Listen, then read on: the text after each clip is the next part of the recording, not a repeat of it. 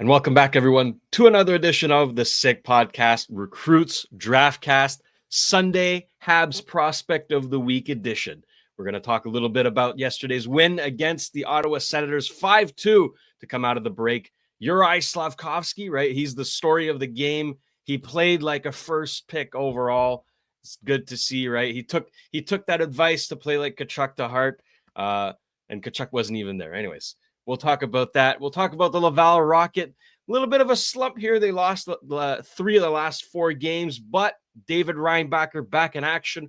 We'll talk a little bit about his game so far. And, of course, we're going to get to our InstaCustoms Habs Prospect of the Week a little later. It's going to be a fun show, Grant. Let's get started. Turn up your volume. Because you're about to listen to the Sick Podcast. Recruits Draftcast. With our first pick in the 2022 NHL Draft, les Canadiens de Montréal sont fiers de repêcher from the Slovakian national team and TPS Turku, Juraj Slafkovsky. The sickest NHL draft and scouting podcast. It's gonna be sick. And as always, producer Shane here, joined by the great Grant McCagg. Grant, how we feeling today? Tip top. Just got out for a ski before the show here, so Love it. I'm ready to rock and roll. Then I'm heading out Absolutely. to watch Jake O'Brien. There we go. Bradford's in There you town go. tonight, and so I'll get to see Protzy Weber too there. Aha, Brad? yes, sir. Yeah, Yes, sir. I love So it. I'll give Love you- it. Well, I'll give you a report on Protzy Yeah. next week. good How we little play. plug there. If you're watching this show and you haven't seen our interview with Owen Protz, Montreal Canadiens draft pick in 2024, do go check it out. It's up on our page. So once you're done this, of course, this comes first. All right. The prospect, got some good. the prospect in black. Yes. Oh, that was a great interview. I'm a big fan of his. Big fan of his. That's going to be a good one, though. Jake O'Brien, we're excited to hear about that. We're going to talk to us about him on Friday. So tune in to hear more about Jake O'Brien. Big fan of his. Very talented prospect. So that should be a blast for you. And it was a blast yesterday in Ottawa, or should I say the Bell Center, because woof, it was cheering pretty loud there for the Habs. As it usually does, but it was a fun night back in action for the Montreal Canadiens. They win 5-2, and you know what? The intro is very fitting today because the story of the game was this man right here.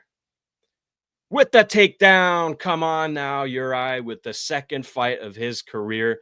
Maybe not the prettiest, but we'll give him the decision anyways. He had a great game, right? He was heavy on the forecheck. He did what he had to do. He got a goal. Thank you, Drake Batherson. But you know what? He still put it in the back of the net.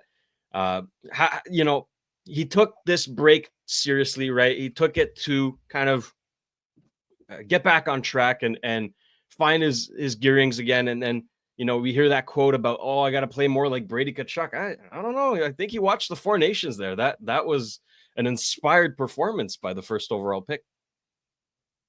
Mm-hmm. Yeah, he didn't fight like Brady Tkachuk, but he, I mean, I gave him an A for effort, C- for execution, which is generous, and A+ for the takedown. Let's see it again here. He was throwing some hammer fists there. Yeah, he kind of takedown, bam. He had a nail. He was I love Jack-Eye. Unfortunately, this highlight doesn't show when he's on. Run it again. He's tapping his stick on the ice. Yeah. You look at the Strubes. He's loving it. Loved it.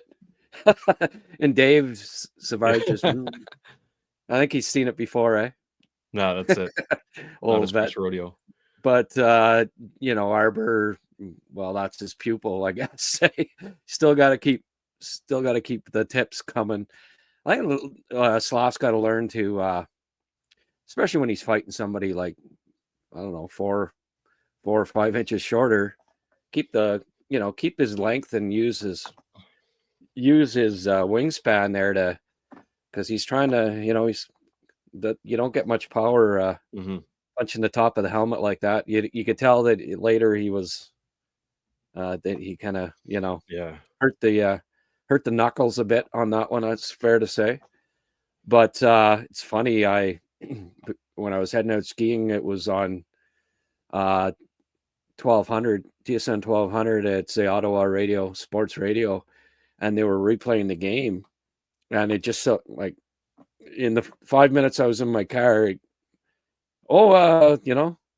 Greg nails Slafkovsky, and then so I heard the Ottawa play-by-play of it, and they made it sound like Greg just absolutely demolished him. Like, which I mean, he got one punch in there but Slaf wasn't even phased. Like, he's got a hard head. He's not afraid to take a punch, obviously, but he's going to have to learn.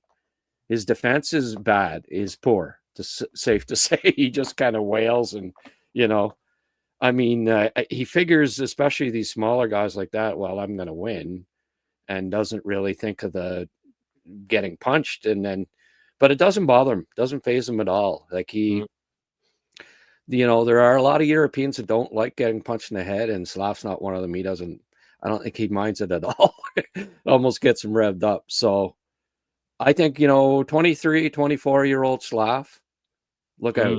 Yeah. He'll learn how to defend himself properly, because he'll probably end up getting whaled pretty good at some point if he doesn't fix that. But love his enthusiasm, and he went all the way with the Tkachuk. I got to play more like Tkachuk. That was exactly how Tkachuk plays the whole night. Tell me a guy didn't deserve an assist more than he did on the friggin' Caulfield goal. Yeah, he made the whole play. Well, and you almost thought it bounced off him in front of the net too. He jumped up and it hit Hamanek's foot and bounced out to, like, I had to rewatch it a few times because it looks like it bounced right off him, but he was right in front of the puck. But what he did was he jumped up, the puck went underneath and hit Hamanek's foot and went straight to Caulfield, and he put it in. But he made the plays in the corner, and it's too bad that there was that one extra pass to Savard to Jacky, or he did. That was the best third assist you're ever going to get, right? So, absolutely. Really, it was like a goal and assist type night for him. Good, solid defense. I think he got credited for 7 hits, but 8. I saw 8. Oh, would it end up being 8? 5 shots, 8 hits. Yeah, well, he had at least a dozen. I don't know how they, how they judge what a hit is, because sometimes it's ridiculous. Like, where Slav has credited with 2 or 3 hits, and he friggin' knocked 5 guys down, let alone hit them, just friggin' creams them. But no, he was using his size. And a couple of times too, guys went to hit him and they just bounced right off him. He was like a redwood out there. Solid. And best player on the ice, easily, unquestionably. And I'm looking forward to seeing him the rest of the year. He always seems to finish his year strong. I don't know what it is about a little break, but it's been the same way every year, and that's fine. Yeah, recharge the Slovakian batteries there, and we're gonna watch. We're gonna see awesome Slav down the stretch. Exactly. I imagine he'll play for Slovakia at the Worlds too, probably this year. I bet you he has a really impactful tournament. I'll be looking forward to that. That's it. I mean, yesterday we saw the upside, right? We saw that what a first overall pick can look like. And that's exactly it. And I guess the main gripe with him so far in his career has been inconsistency. He'll have a game like that and then follow it up with like 2 stinkers, right? So if he's able to put a stretch of these types of games, he's going to make that pick all the more justifiable. And that kind of player, I mean, we talked about Sam Bennett last show, right? That kind of player in the playoffs is a big difference maker. So if he can be that kind of Slav consistently, that's a gem for the Habs right there. Every 20-year-old is inconsistent. Exactly. Like it's just the way it is. Yeah. You know, Ryan Poehling, the great interview with him when he was with the Habs, and he was very forthcoming about what they told him he needs to do to work on when he was 21 or 22 at the time, and it was all about consistency. Mm-hmm. Just you have to play consistently, and it's not easy. I mean, at the NHL level, it's taxing. The endurance, it's still not built up when you're that young. It takes 3 or 4 years or 5, and that's why you don't reach your prime till 23, 24 typically. Is you have to build up your endurance and become more, and it helps you become more consistent. So yeah, I think that I interviewed my last interview with Larry Robinson was this past week. We spoke for another 2 hours, and Larry, I don't know if you noticed, there was a shot of him at the San Jose game. He was, yeah, he had told me he was in California for a month, and then, but he was at that game. But he said, that he likes Slafkovsky. He says he's going to be fine. Mm-hmm. He knows that. Well, he was a big guy at 22, that at 20 years of age too, that was still played in the minors. He was just getting up to the NHL at 20. He wasn't even playing in the NHL, so he knows that it takes time. And 23-year-old Slav, when you see a game like that, he'll learn how to fight, because you can tell he's willing to. And when he's throwing 8 hits a night, there's going to be challengers more often too down the road. And as he gets older, vets are going to be more like, I think there's been times when teams, if we fight the teenager, we're going to have the whole team's going to come after me, right? You just don't typically fight teenagers in the NHL very often. Like, it's kind of an unwritten rule, really. Mm-hmm. And they'd have Jack Eye after them for the rest of their career if they'd have fought Slav when he was 18 and 19. So, but as he gets a little older here, you'll see guys challenge him a little more, because he's gonna run over a lot of people, and that'll get other teams riled up. But yeah, that was we got a glimpse of what playoff Slav is going to look like, and how much he can help a team, not only on the on the score sheet with points, but all around.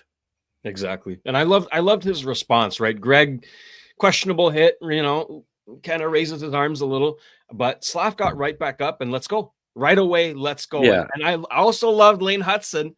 Lane Hudson was ready to go as well. He was there. He was ready. I love that. I texted Rob Hudson and said, is Laner Slav's bodyguard? And he laughed at, he said, yeah. He said, well, he'll stick up. He's not afraid to stick up for his teammates, know. And Rob was if you look at his hockey, his stats, he played the BCHL back in the day for Bellingham, Washington. But he told me when I saw him at the gold medal game that, I was a fighter. That's what he was a scrapper. And he's not that tall either, but stocky, strong. And we saw it in the gold medal game of the World Juniors, right? Against Sweden, yeah. Yeah, he didn't. He can do it. He can mix it up. Yeah, no, he has no fear either. Yeah. He'll probably be in a couple scraps in his career. I wouldn't doubt it either. You'll see it at some point. No, he's feisty. He's got no fear, and that's just another part of his game that people underestimate. His size, he's soft. No, he's not soft at all. He's wired.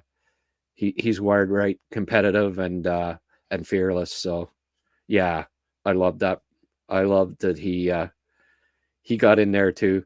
And that would have been actually interesting because they're Greg and Hudson are more closer to the same size, right? Yeah. It would wouldn't have minded seeing him drop the gloves with Greg. But anyway, it'll happen at some point. You'll see, I think.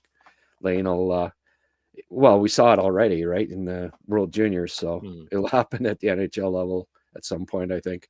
There weren't many fights in the World Juniors the whole time. He was one of the few guys that scrapped. So, you know, if he scrapped there, he'll scrap in the NHL, and it'll be interesting to see. I bet you he's quick.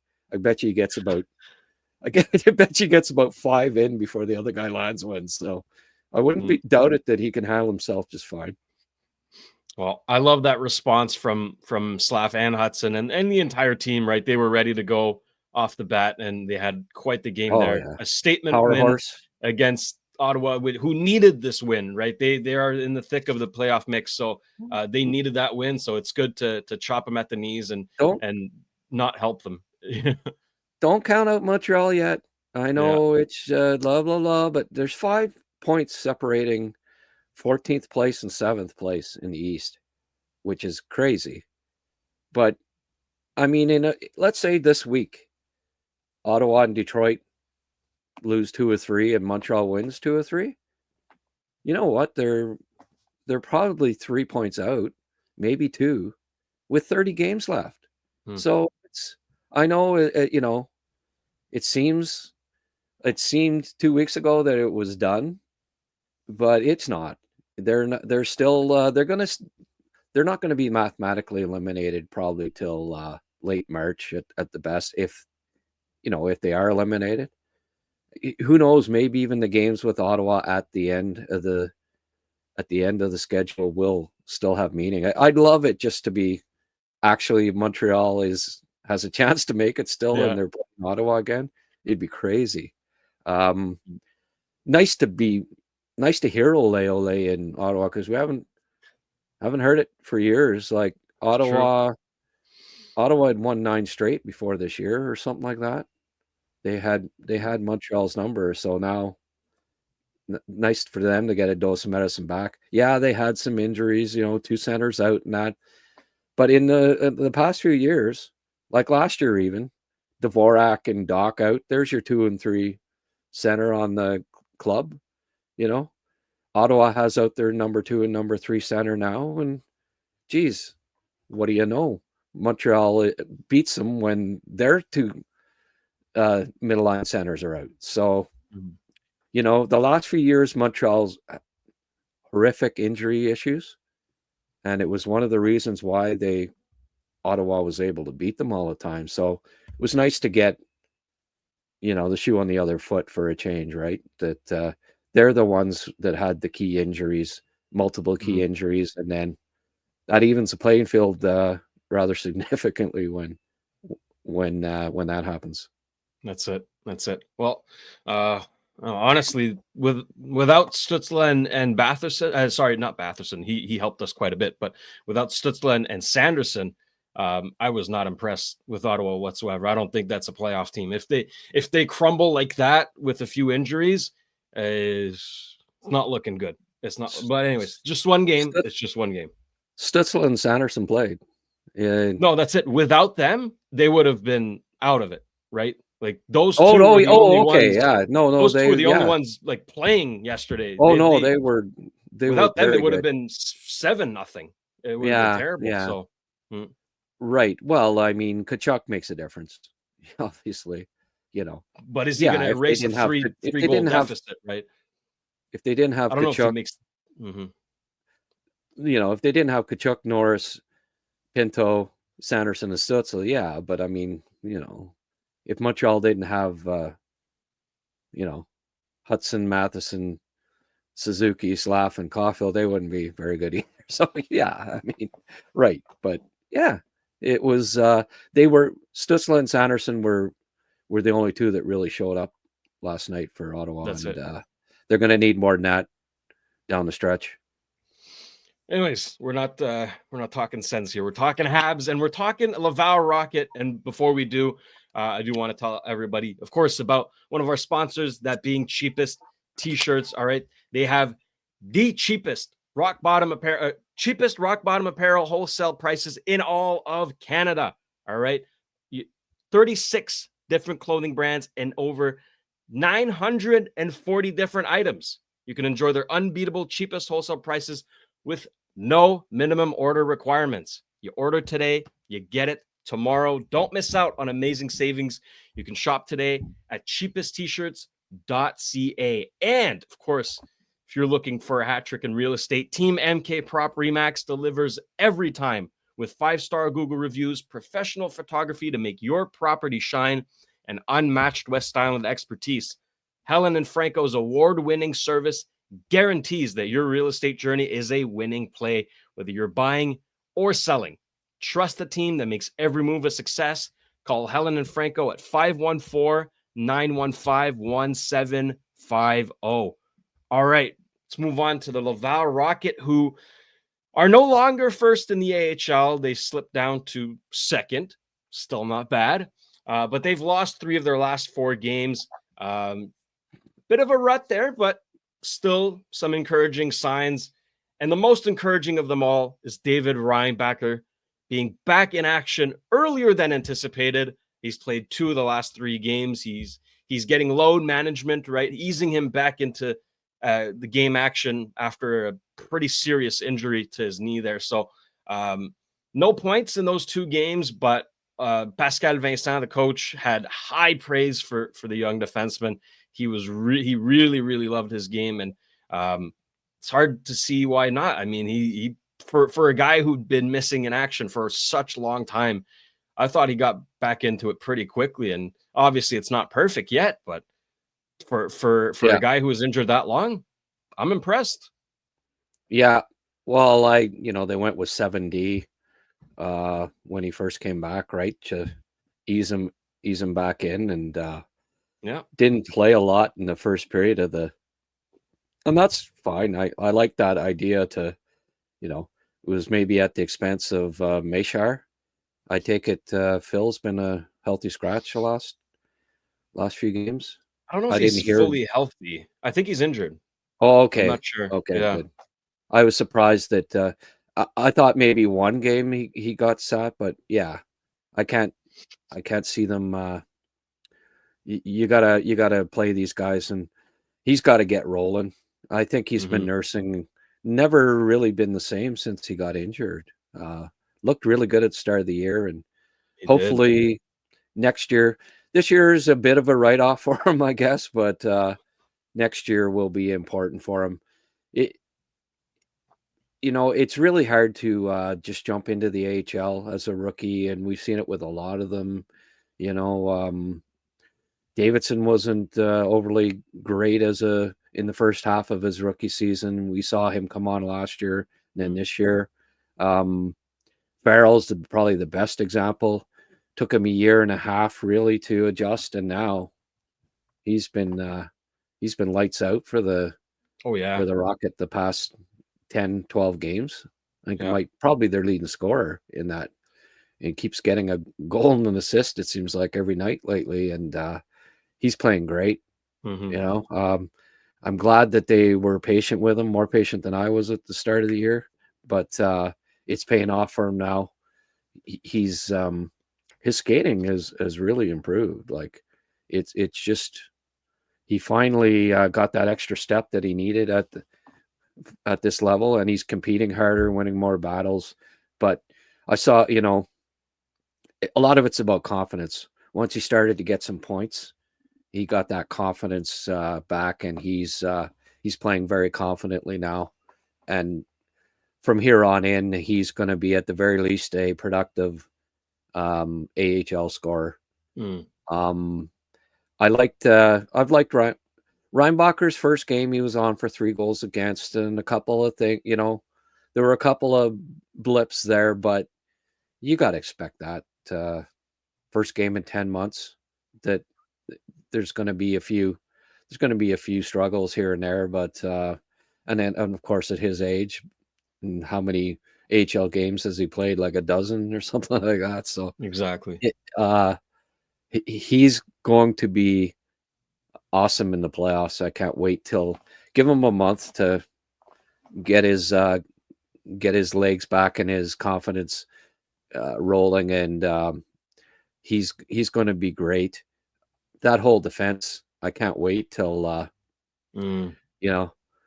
till playoff time, because I think that they're built for that. There's one guy in particular that with Mailloux coming in and Hoffenmeyer, he's been asked to play a more defensive role, and that's William Trudeau. And we saw, I think he was first star of the game on Friday, and the 5-1 win, and well deserving. His we have a clip, I do believe, of him. Check out this hit. Laid him out. And then this right away. I love how he threw down his I don't know what Buddy was doing with his helmet, but he didn't like it. I love how he threw down his gloves too. It was emphatic, eh? Yeah. But he's Trudeau is a tough customer. It was like his second last year, a junior, all of a sudden. And I remember talking to his coach in PEI, and he was like, "Yeah, we didn't think he had it in him, but he is a tough cookie." And then the guy comes up after him, and then okay, no we'll hesitation. Let's go. That was a Slafkovsky. Maybe Slav saw that too, and took a pointer or two for a scrap with Greg. But I've loved Willie Trudeau's game of late. Solid defensive defenseman. That's what's going to be his ticket to the NHL if and when he makes it. And he's going to be wearing a lot. If he's not in the NHL in a year or two and still in Laval, and I hope so, if he isn't in the NHL, he's wearing a letter. I can't see him not being he's a leader on that team. Love him, love his attitude, love his grit, and he's smart and dependable. So yeah, he's really stepped up. Engstrom's looking good again. Mailloux's last month been excellent. Oh yeah. Reinbacher is going to round into shape there. They'll be a tough out in the playoffs. I can't wait. It's going to be a whole lot of fun, and I'm trying to get some games in too. I want to go to the Place Belle soon, but scheduling is tough. But I'm going to make it up there for sure. I need to see them play. And Grant, another guy that can throw down that's been really, really good in his rookie season is Florian Jacki, who has 14 goals already this season.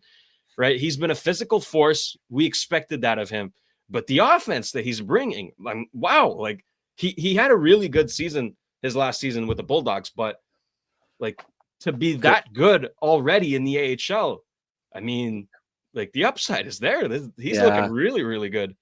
Could well have been the prospect of the week. I know you thank you for not saying that, but yes, he was definitely in the running and maybe was deserving of it. But we'll get some highlights next week on him because yes, also last night, unfortunately, you don't get the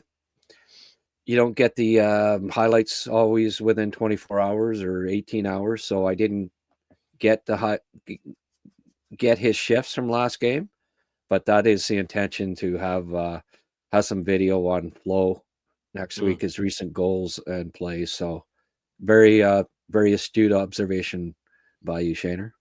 He's catching the hearts of many fans in Montreal and Laval, and a lot of people are projecting, seeing what he could be down the road, and maybe a force on the fourth or third line for the Habs someday. The Bash brothers, right? The two Jack guys on the team. That could be a whole lot of fun. So it's good to see Flo having success. And you know what? The Laval Rocket are still second in the AHL, so they're having success as well. Little rut here, but no team is perfect. So they're going to get back on track in no time. I am sure of it. Before we get to our InstaCustoms Habs prospect of the week, of course, I want to tell you all about Sport Buff. All right. And it's Sport Buff, not Sports Buff.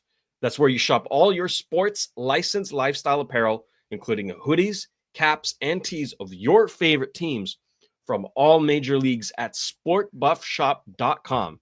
And if you use code SICK10, you can still get 10% off all their items. All right, Grant, it's time for the Habs Prospect of the Week. InstaCustoms Habs Prospect of the Week. As the name says, our Habs Prospect of the Week is proudly brought to you by InstaCustoms. They are Canada's highest rated custom apparel and drinkware print shop. They boast an impressive 4.9 Google star rating. So whether you need printed or embroidered t-shirts, hoodies, crew necks, hats, and more, they've got you covered. They specialize in emergency rush orders to meet your tight deadlines. Now, their store is conveniently located on Stanley Street in downtown Montreal, but you can order online just as easily. You order today, it's printed today, pick up or shipped today. Visit them at InstaCustoms.com. We haven't featured this gentleman in quite some time, but from the 2024 draft class that brought to you, wait, was he 23 or 24? He was 24. Yeah, he was 24. Of course he was. Yes. You know, we think Ivan Demidov, we think of Michael Hage, but there's another guy. There's another guy, folks. The Thorpedo, Tyler Thorpe, is our Habs Prospect of the Week. Yeah, though that's what, Flo. We did feature Flo a few weeks back, so I thought, you know what, I'm going to go with the Thorpedo. There's a breakaway, and then nice hit, nice cross check. I don't know. I think he may have earned a penalty on that, but they let it go. He was. This is against Kelowna, and he was all over the ice. Yeah. Nice pass there. Nice feed. His skating for a 6'4", 6'5" kid is it's excellent. He's going to be, I think, he's going to be a.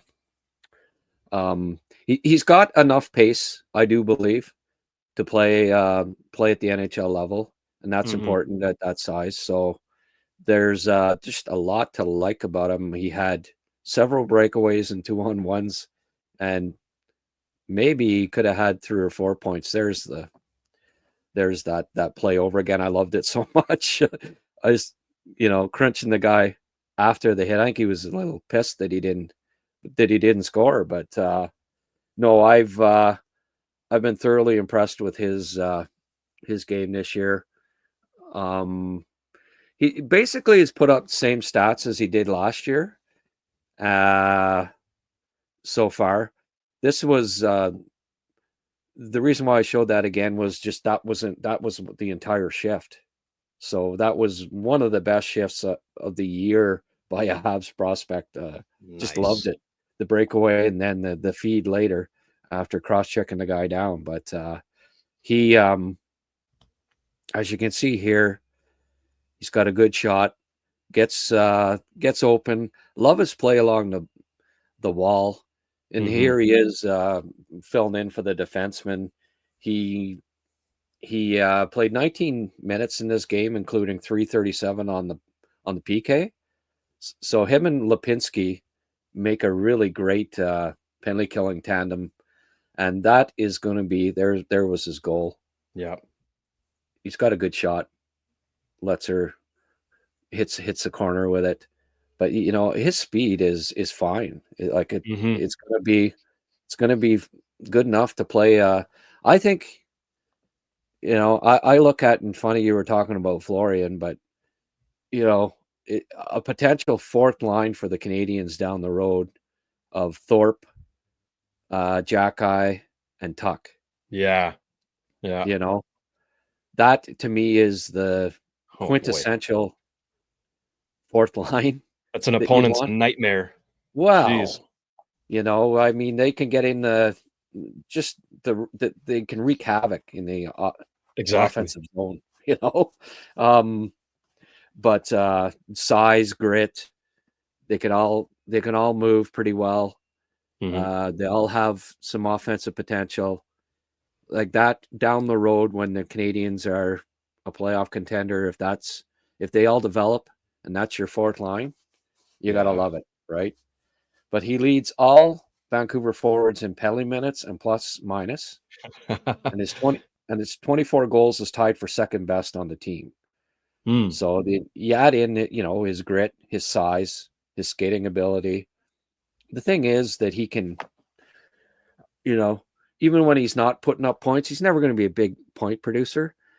He's effective, right? There's a lot of offensive zone time, whether it ends up in a goal or not. He's able to cycle the puck, and his playmaking is underrated, I believe. Like, he sees the ice well. He didn't get an assist on that, but he made the play, right? That was like a slap last night. I like the here. And then he covered the passing lane for this other guy. Good hustle, but also he's fast enough to get back. Typically a 6'4" guy that far behind the play, starting from, a stop, and he was stopped. He doesn't get back to cover that, and he has the speed and the will. So that really impressed me. Hey, that there was another golden opportunity he had, and it just bounced over his stick. But he goes to the open areas. I think he skates well enough to eventually handle NHL pace, and he plays well enough away from the puck to eventually find a bottom six role at the next level. Bottom six role as a big body who can kill penalties, chip in the odd goal, set up the odd play. Yeah. I mean, that's perfect. That's what you want in that role, So it was nice to have a look at this game. Yeah, Kelowna is not a great team, but he was dominant. He played on a line here with Lipinski and Muranov, big physical line there, top two line for Vancouver, play maybe their top line, but highly effective. But you see in all of these plays, he usually makes the right play. So good IQ, good size, good puck protection, good along the wall, skates well, good shot, some physicality. Yeah, he checks off a lot of boxes. For a mid-round pick, I think they got themselves a dandy. Like him and Protz, mid-round picks were excellent.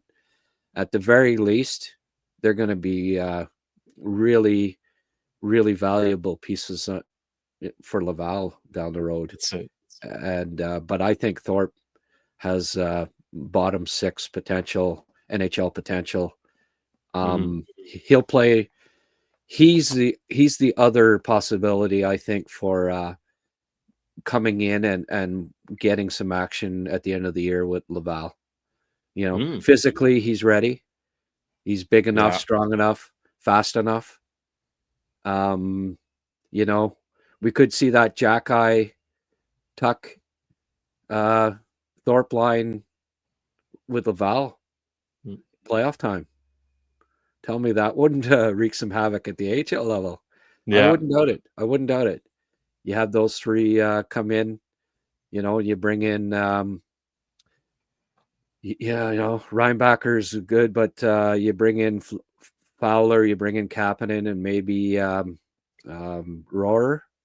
Oh, that's some nice additions to the club come playoff time. So, yeah, again, I just can't wait till mid-April, late April, when we'll definitely have to take in some Laval playoff games this year. Yeah, without a doubt. And we saw that line that you mentioned there briefly before the season there, a little prospect showcase 2 games against the Leafs there, and those 3 were together and they were fantastic. And Thorpe, I thought was the standout of the 3. I was really impressed with his play. So I'm glad to see that his season is doing well in Vancouver there. That's great to see. And another great piece in the Habs prospect pool. What do you know? Grant, you mentioned Fowler briefly, and there's another goaltender within the Habs prospect pool that a lot of Habs fans were really high on last season because his stats were just unreal. But this year, a little tougher, right? He bumped up a level, kind of got humbled, but he's been on the right track lately. And we are talking, of course, about Yevgeny Volokhin. Yeah. Well, just the KHL, I follow the KHL Twitter account, and 2 days in a row, there it is. There's one of them. Oof. They featured beautiful saves by him. So I went and looked at his last 2 games. Look at Larionov. Igor. But so here are a few from his last 2 games, a few of his saves, and then I also showed the goals. He let in 9 goals in these 2 games, okay? But there's another one where he stole it, but he's playing for Sochi. Now that's the club that Michkov was on last year.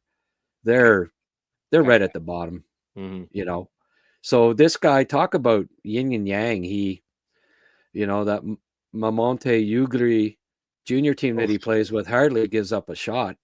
But then he goes to the KHL and he's facing KHL shooters on the worst team in the league. So it's it's quite a departure for him, but I'm glad he's doing it because he's got to, hey, Patrick Roy. I always talk, people talk about Roy, blah, blah, blah. When he was 19, he playing junior, he was giving up 4 to 5 goals. His goals against average was about 450 or 5 because he was on a lousy team, but he got better. You're facing all these shots all the time. You can't help but get better. There was a nice snag.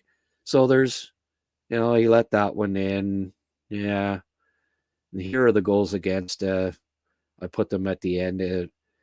But he faced so many shots. I think it was 46 shots in this game.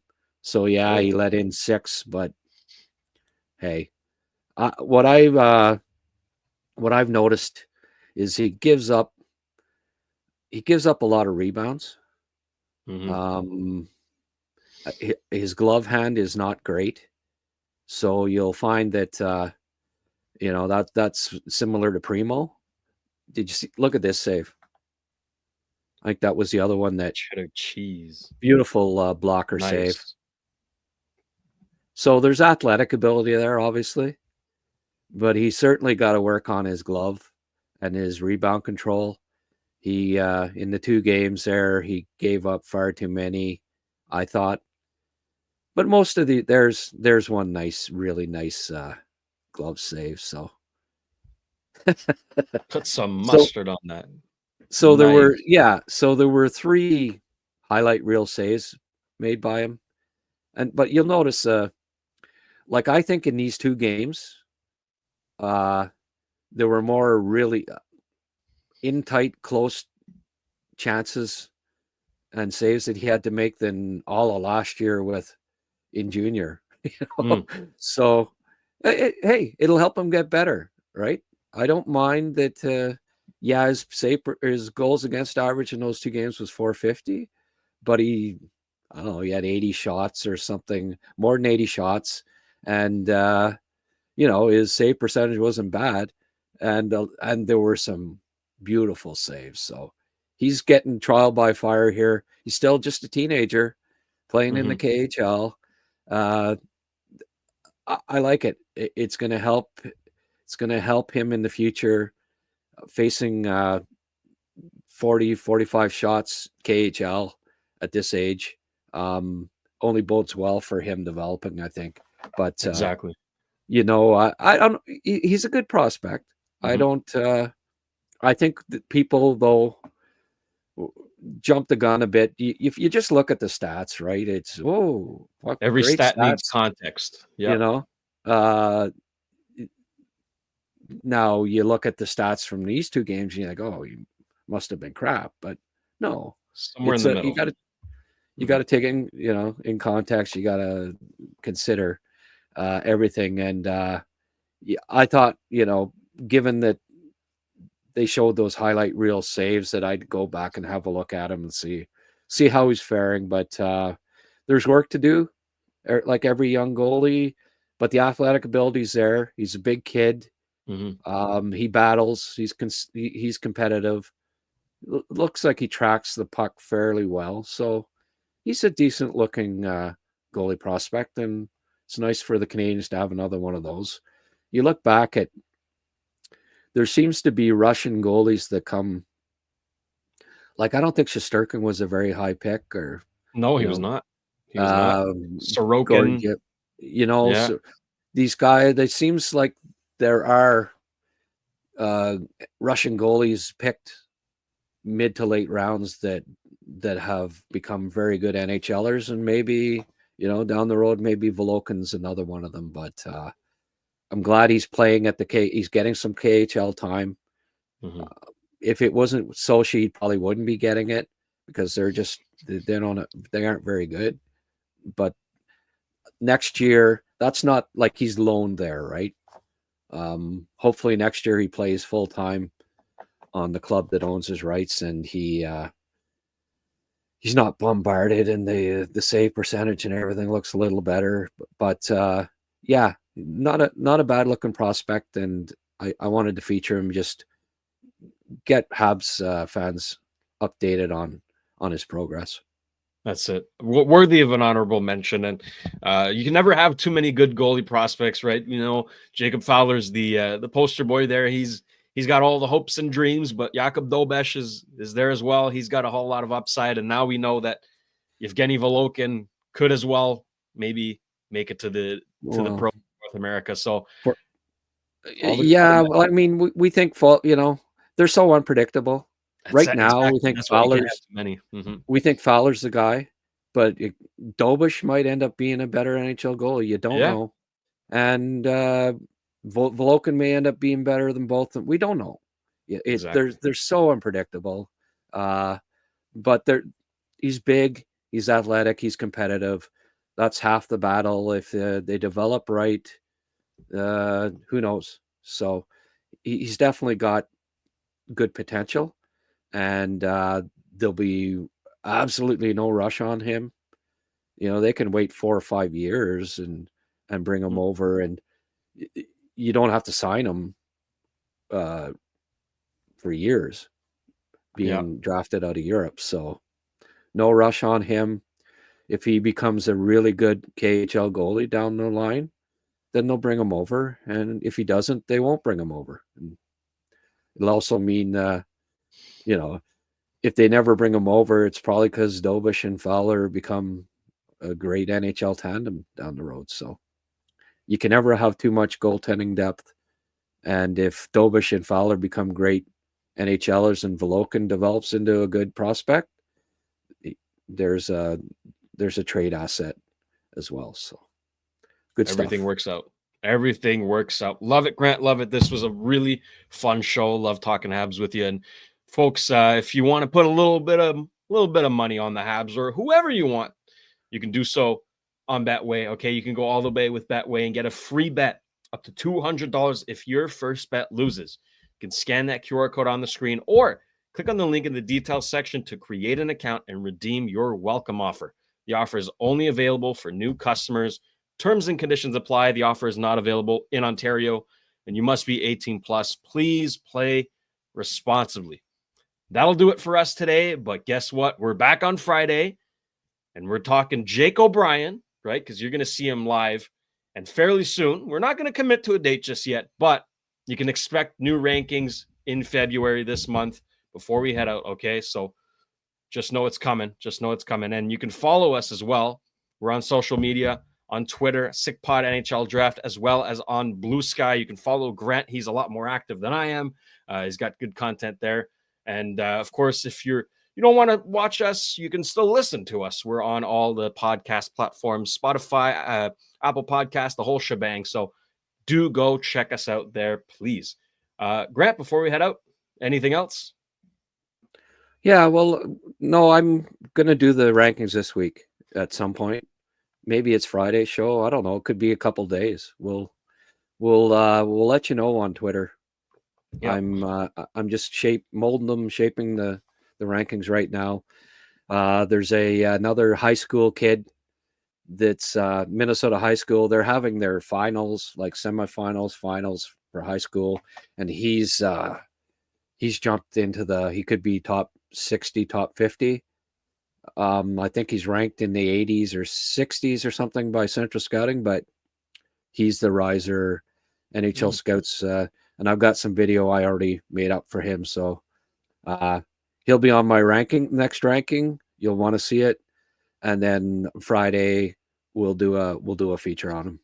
Is he also a quarterback by any chance? Or is that No, not Mason West. It's another okay. kid. He actually played at Helinka in the summer. So some of our draft aficionados might know who I'm talking about, but most won't, I don't think. Love it. Well, looking forward to it. That's going to be a fun show, folks. Make sure you're tuned in. And now is the time to go check out the Owen Protz interview. Okay, the show's over, so do go check that out. That was a fun one with him. So for Grant McCagg, I'm producer Shane. This has been another really fun edition of the Sick Podcast Recruits Draftcast. We'll see you on Friday. And that's a wrap. Hope you don't miss us too much until next time. Follow the Sick Podcast Recruits Draftcast on YouTube, Facebook, Google Play, and Apple Podcasts.